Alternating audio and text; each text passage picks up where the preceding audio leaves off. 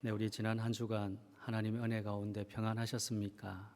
네, 하나님이 우리 모든 발걸음을 인도하시고 또 우리 앞에 새해를 열어주셨는데 새해를 허락해 주신 까닭은 하나님의 사랑과 또 사명을 우리가 잘 감당하도록 하는 하나님의 뜻인 줄 압니다.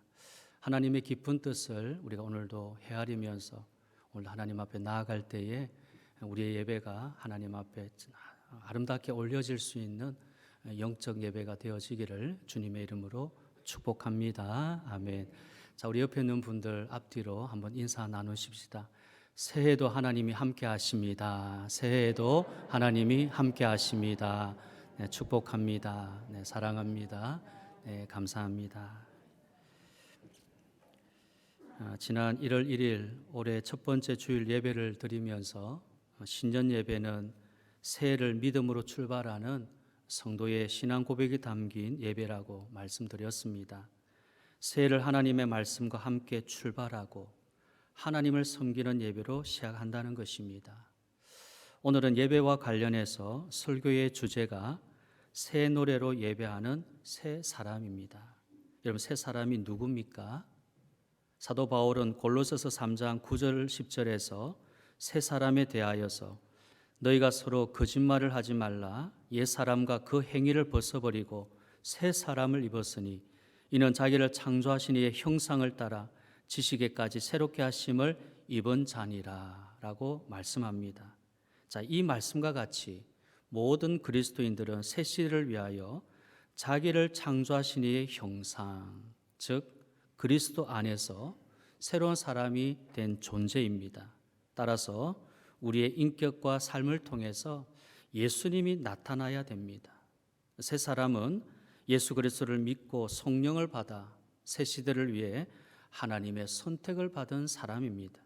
그래서 새 사람은 이 삶 속에 옛 사람의 모습이 없는지 시시로 점검하고 반성하고 돌이키는 과정이 반드시 필요합니다. 사도 바울은 새 사람이 되기 위한 우선적 조건으로 옛 사람의 모습을 벗어버리는 변화가 필요하다라고 골로새서 3장 7절에서 말씀하고 있습니다.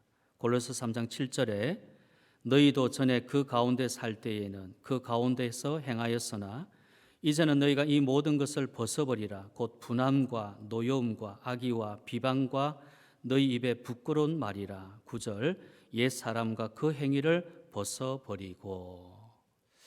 여러분, 우리는 새 사람으로 변화되었음에도 옛 사람의 모습을 그대로 간직한 채 다툼과 비방과 원망과 악의와 분함으로 살아간다면 해가 바뀌었지만 우리들은 온전히 그리스도의 삶을 살지 못하고 넘어지게 될 것입니다. 잘못된 과거의 허물은 다양한 종류가 있습니다. 잘못된 허물과 죄를 뉘우치고 회개함으로 새 사람을 벗을 수 있습니다. 그러나 드러나지 않는 보다 깊은 과거의 상처가 지속적으로 죄를 반복하도록 하는 것은 회개함으로만은 회복되지 않습니다. 모든 사람에게는 쓴뿌리가 있습니다. 과거의 아픔, 기억과 경험과 습관이 살아가면서 지속적으로 고통과 좌절과 포기하도록 하는 쓴뿌리입니다.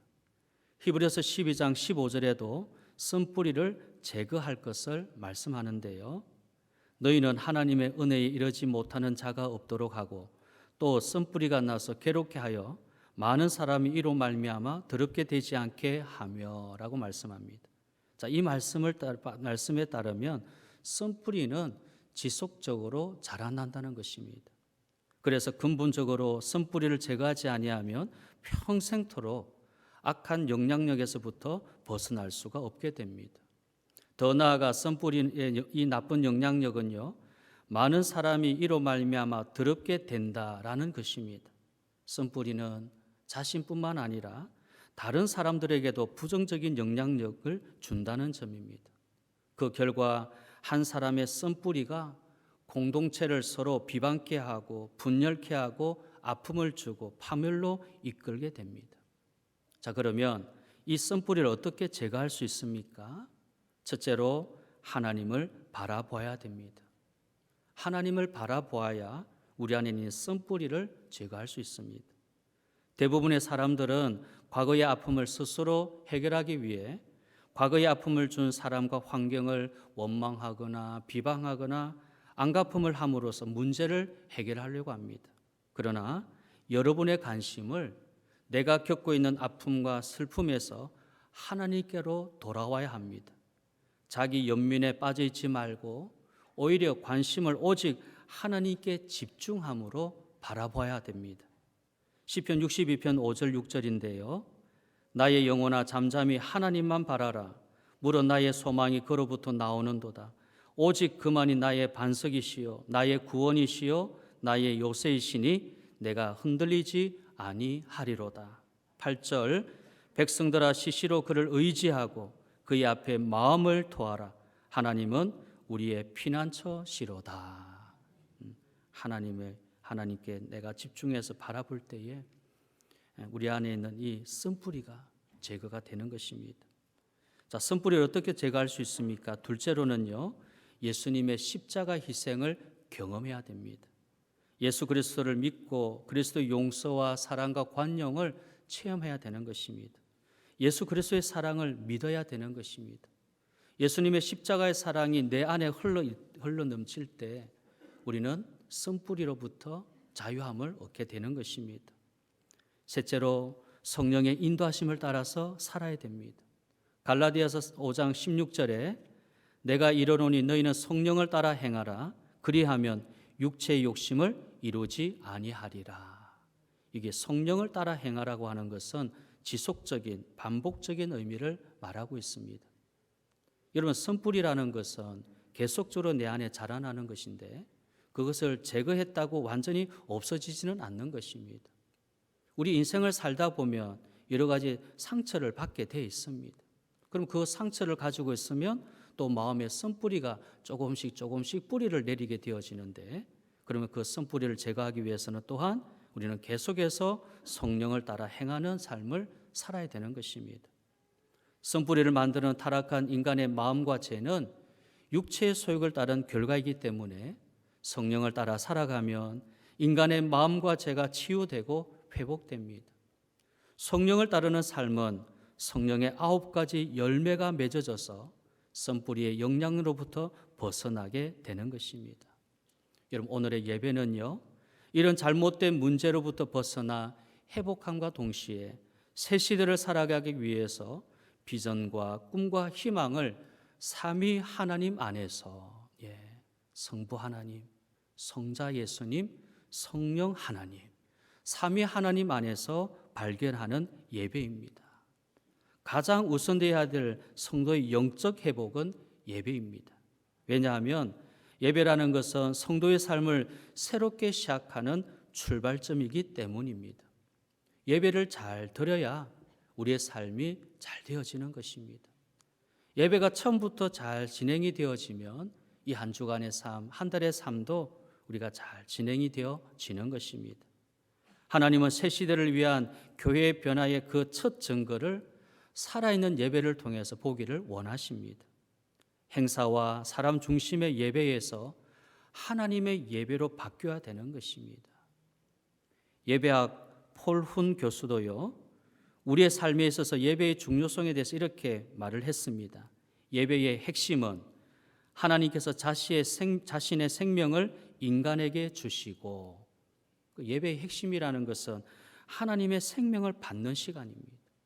하나님의 생명을 내가 지금 받고 있는 시간이 바로 예배이고 핵심인데, 인간을 이끌어 그 생명을 누리도록 하는 거룩한 행위라는 것입니다. 삶이 따라와야 되는 것입니다. 그 생명을 누리는 삶이 이어진다는 것이 곧 예배의 핵심인 것입니다. 성도 여러분, 우리는 예배가 얼마나 중요한지를 인식하지 못한 채 여전히 반복적으로 일상적인 예배를 드리지는 않습니까? 우리가 지낸 예배 생활을 반성하며 점검할 것이 무엇이 있겠습니까? 자, 먼저 예배를 통해서 나의 필요를 채우지 않는지를 살펴보아야 됩니다. 왜냐하면 예배는 언제나 하나님이 요구하시는 기준을 지켜야 하기 때문입니다. 예배의 목적은 언제나 자신보다 하나님의 영광을 우선적으로 정하는 자세가 반드시 필요한 것입니다. 말씀을 선별해서 나에게 유익을 주는 것, 선택적 말씀이 아니라 모든 말씀을 철저하게 순종하는 자세로 받고 적용해야 되는 것입니다. 오늘 이 말씀은 나의 마음에 참 좋아. 이 말씀 받는. 저 말씀은 나에게 별로 안 받는 것 같아. 그 말씀을 그 이런 삶이 되어서는 안 되는 것입니다. 선택적 말씀이 아닙니다. 모든 말씀을 내가 철저하게 순종하는 자세로 받아야 되고 내 삶에 적용하는 것입니다. 내 감정을 위로해 주는 찬양, 감정적 찬양보다 하나님의 거룩성과 순결성과 정론성을 드러내는 영광성을 많이 부를수록 믿음이 커져가는 것입니다. 물론 찬양을 통해서 내 마음의 위로가 되죠. 그런데 늘 찬송을 부르면서 내 감정을 위로해 주는 감정적 찬양을 자꾸 부르면 안 됩니다. 영광성을 많이 불러야 됩니다. 하나님의 그 거룩성, 하나님의 전능하심을 드러내는 영광성을 많이 부를수록 믿음이 커져가는 것입니다. 내 형편에 맞추어 드리는 헌금, 상황적 헌금이 아니라 하나님 나라의 필요를 우선하여 드리는 훈련이 필요한 것입니다. 둘째로 습관적으로 드리는 예배가 아닌지를 살펴봐야 될 것입니다. 여러분 잘 아는 대로 습관적 예배라는 것은 예배 드리는 사람이 감동과 기쁨과 감사가 없이 무의미한 종교 습관에 따른 반복적으로 드리는 예배를 말합니다. 예배를 드리는데 마음에 감동이 없습니다.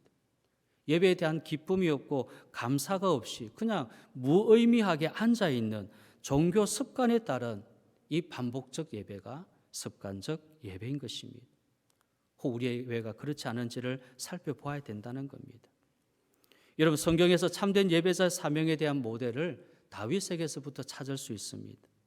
다윗이 자신의 모든 삶을 정리하면서 마지막 후손들에게 준 교훈은요, 예배의 가치, 예배의 사명, 예배의 헌신입니다.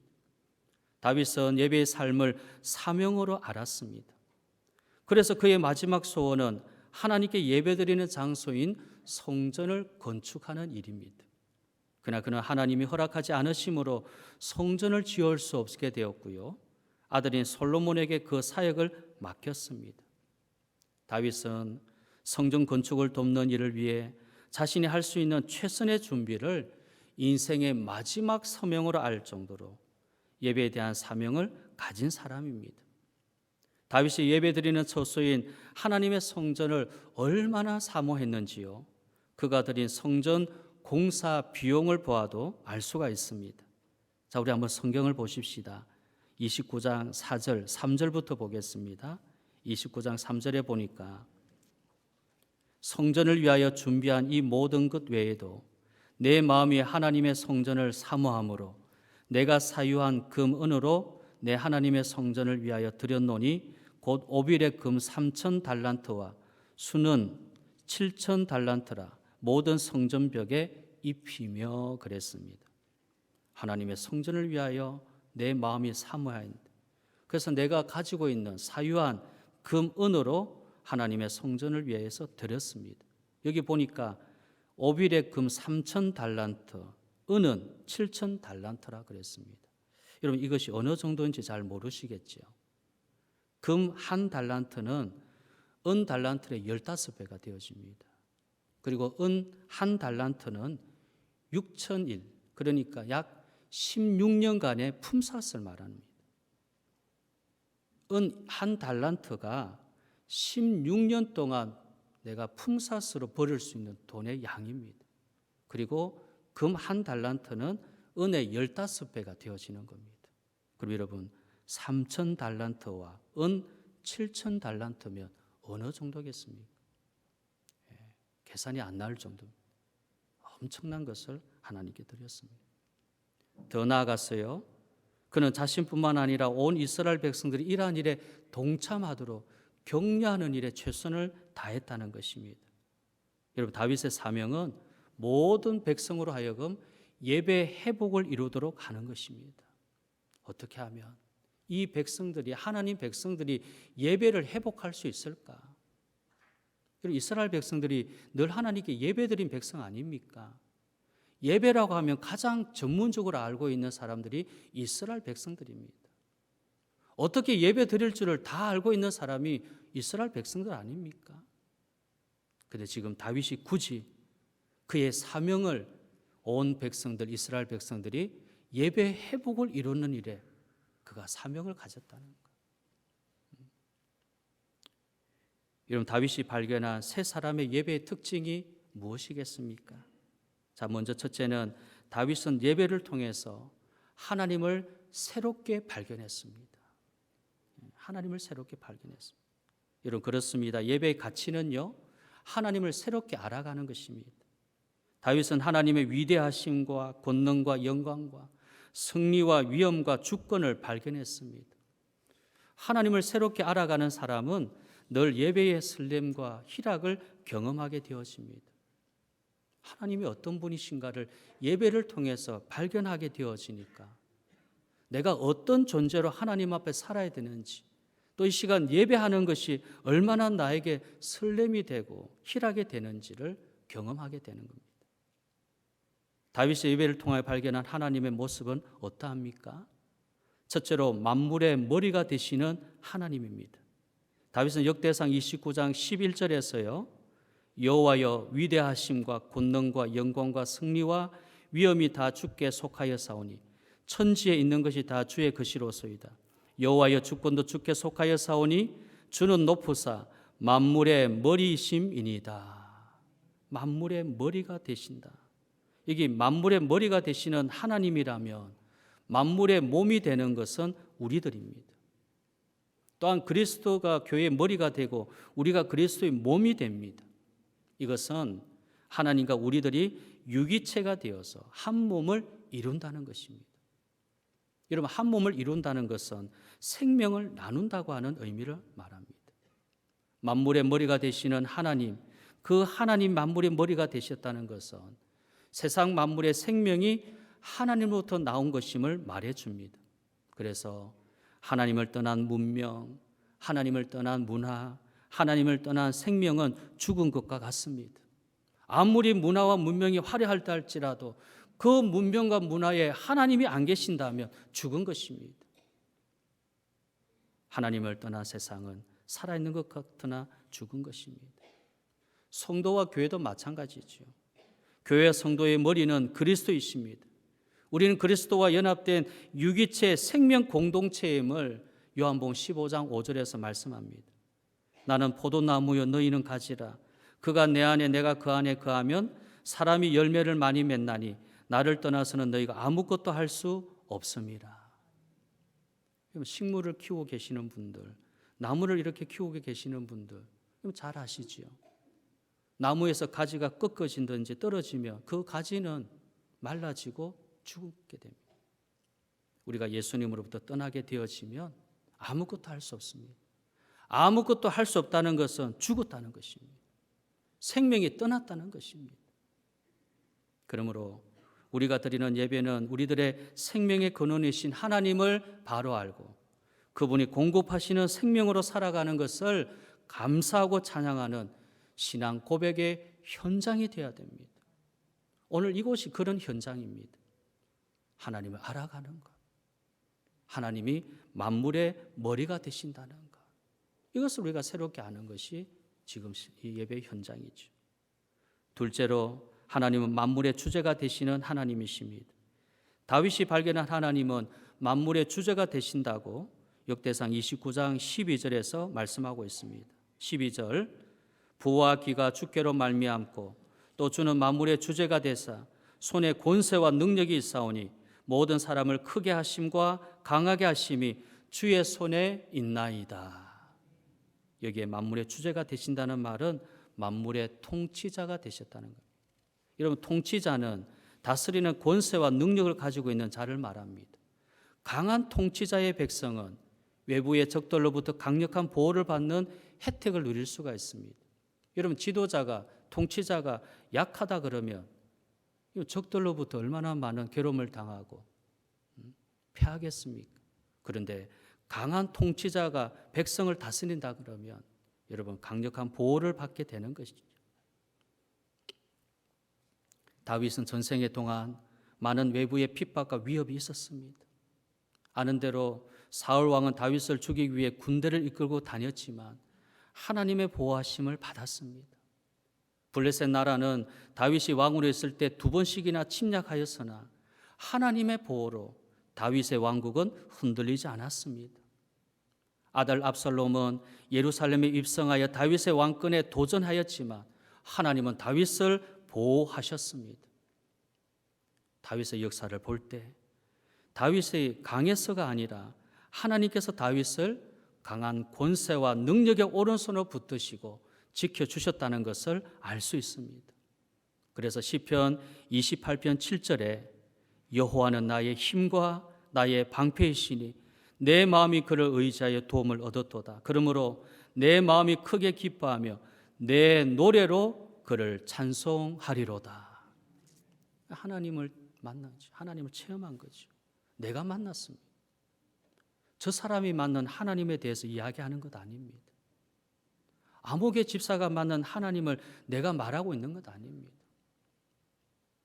신앙생활 수십 년을 해도 한 번도 내가 하나님을 만나지 못했다면 여러분 얼마나 안타깝고 슬픈 일입니까? 내가 만난 하나님을 알아야 그 하나님을 나의 노래로 찬양을 할 수 있는 겁니다. 다른 사람의 노래로 아무리 불러봐도 그 찬양은 하나님께 올려지지 않습니다. 여러분 보십시오. 우리가 다 같이 찬송 몇 장 부르십시다 하면 그 찬송이 나의 노래로 하나님께 불려져야 됩니다. 같이 부른다고 그 찬양이 하나님께서 올려지는 찬양이 되겠습니까? 우리 하나님은 한 사람 한 사람 다 알고 계시잖아요. 내 노래로 하나님을 찬송하리로다. 내 노래로. 내가 만난 하나님. 그래서 내 노래로 하나님께 올려드리는 그 찬송이 하나님 기뻐하시는 찬송입니다. 올해도 하나님 우리에게 어떤 위협이 있어도 보호하고 도우실 수 있는 이유는 만물의 주제, 능력 있는 통치자가 되시기 때문입니다. 사랑하는 여러분, 우리를 도우시는 하나님을 기뻐하고 찬송하십시다. 셋째로 만물의 주인 되시는 하나님이십니다. 16절 말씀, 우리 하나님 여호와여, 우리가 주의 거룩한 이름을 위하여 성전을 건축하려고 미리 저축한 이 모든 물건이 다 주의 손에서 왔사오니 다 주의 것이니이다. 다윗이 발견한 하나님은 만물의 주인 되신다는 것입니다. 새로운 하나님에 대한 가치 발견을 통해서 다윗의 예배는 새 노래가 흘러 넘쳤던 것입니다. 식상한 노래가 아닙니다. 하나님 앞에 예배드리며 하나님 앞에 나아갈 때마다 그 찬송이 새 노래로 하나님 앞에 올려지는 감격이 있습니다. 찬송의 기쁨이 있습니다. 날마다 새로운 그 노래의 기쁨이 있는 겁니다. 오늘날 우리들은 예배를 통해서 세상에서 누릴 삶의 복의 길을 발견하는데 집중하고 있지는 않습니까? 한마디로 말했어요. 기복신앙의 예배가 아닌가라는 겁니다. 이 땅에서 내가 복 받으려고 예배 드리고 있는 기복신앙적인 예배로 하나님께 올리고 있지 않느냐는 것입니다. 다윗의 예배의 가치는 잠시 누릴 세상의 부귀 영화보다는 영원히 누릴 하나님에 대한 지식이 새로워졌다는 것입니다. 하나님이 어떤 분이신가 하는 것이 예배의 가장 자기에게 귀한 것이었습니다. 내가 이 땅에 잘 먹고 잘 살고 복 받고 건강한 것, 그것은 다윗에게 관심이 없었습니다. 하나님을 내가 어떻게 알아갈 것이냐, 하나님에 대한 지식을 새롭게 하는 것, 이것이 다윗의 예배의 가치였습니다. 여러분, 예배를 통해 하나님을 발견한 사람은요, 자기를 진정으로 발견하게 됩니다. 나를 진정으로 알게 되면 나의 존재 가치가 어떤지를 알 수 있습니다. 내 삶의 방향이 무엇인지를 알게 되어집니다. 흐릿하지 않습니다. 머뭇거리지 않습니다. 다윗이 발견한 것은 모든 자신의 소유가 하나님으로부터 왔다는 것과 이방인과 같은 소망 없었던 자들이 하나님 백성의 복을 받았다는 것입니다. 하나님을 발견한 사람은요, 자신의 존재 가치를 발견한다는 점을 다윗은 예배를 통해서 우리에게 보여주었습니다. 오늘도 하나님을 우리가 발견할 때 이 땅의 나의 삶, 나의 존재 가치를 알게 되어지고 높은 데 마음을 두지 아니하고 세상의 일에 마음을 두지 아니하고 하나님께 마음을 두면서 오늘도 내가 예배를 통해서 하나님을 알아야 되겠다. 하나님이 진정 어떤 분이신지를 내가 다시 한번 발견해야 되겠다. 그런 마음으로 우리 예배가 이 한 해에도 기쁨이 되고 감사가 되고 영광이 되고 하나님의 그 위대하심이, 하나님의 그 영광이 그 어떤 때보다도 이곳에 가득하고 우리의 심령이 감격이 넘치는 예배자가 되어지기를 주님의 이름으로 축복합니다. 아멘. 자, 기도하십시다.